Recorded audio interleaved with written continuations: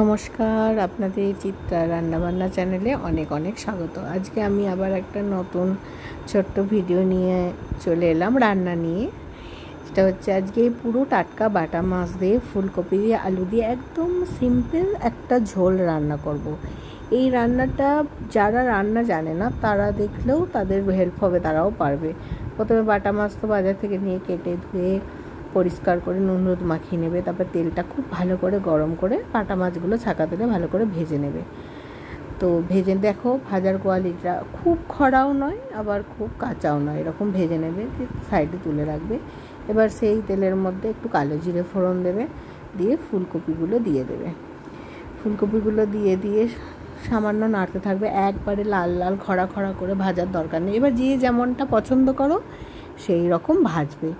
আমি দেখো মানে বেশি লাল লাল করবো না, যেহেতু আমি বাটা মাছ দিয়ে ঝোল করব। ফুলকপি আলুর তরকারিতে একরকম, বাটা মাছের ঝোল একরকম।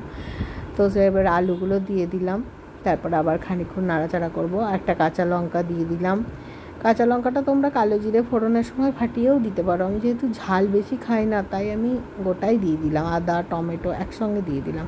নুন হলুদ, কেউ যদি সামান্য অল্প এক দু দানা চিনি খাও দিতে পারো, নাহলে দেবে না। এই যে আমি নুন দিলাম, তারপরে একটু সামান্য এক দু দানা চিনি, জিরে গুঁড়ো ধনে গুঁড়ো, আবার নেড়ে নেবো। একটু নেড়ে নিয়ে যখন ভালো করে কষানো হয়ে যাবে, কষিয়ে একটু জল দিয়ে কষাতে থাকবে। যদি লেগে যায়, আমার যেমন লাগেনি, জল দিয়ে নিই। টমেটোটা দিয়ে জল বেরিয়েছে, তো এবার আর একটু কষিয়ে নিয়ে তারপরে আবার জল দিয়ে, অনেকটা পরিমাণ জল দিয়ে তারপরে ঢাকা দিয়ে দিতে হবে। এবার ঢাকা দিয়ে দিলাম। এবার ঢাকা দিয়ে ফুটতে যখন মানে সেদ্ধ হয়েই গেছে, দেখবে অলমোস্ট সেদ্ধ হয়ে গেছে, আর হয়তো 20% বাকি আছে, তখন মাছগুলো দিয়ে দেবে। মাছগুলো খুব আগে থাকতে দিলে মাছ নরম হয়ে যাবে, ভালো লাগবে না খেতে। যেহেতু আমি মাছগুলো খুব ভালো করে ভেজে রেখেছি, আর মাছগুলো দিয়ে নিয়ে 10 মিনিট ফুটিয়ে নিলে বাটা মাছের ঝোল রেডি। গরম গরম ভাত দিয়ে এই ঝোল ভীষণ উপকারী। দেখলেই তো কত সিম্পলভাবে রান্না করলাম। নমস্কার।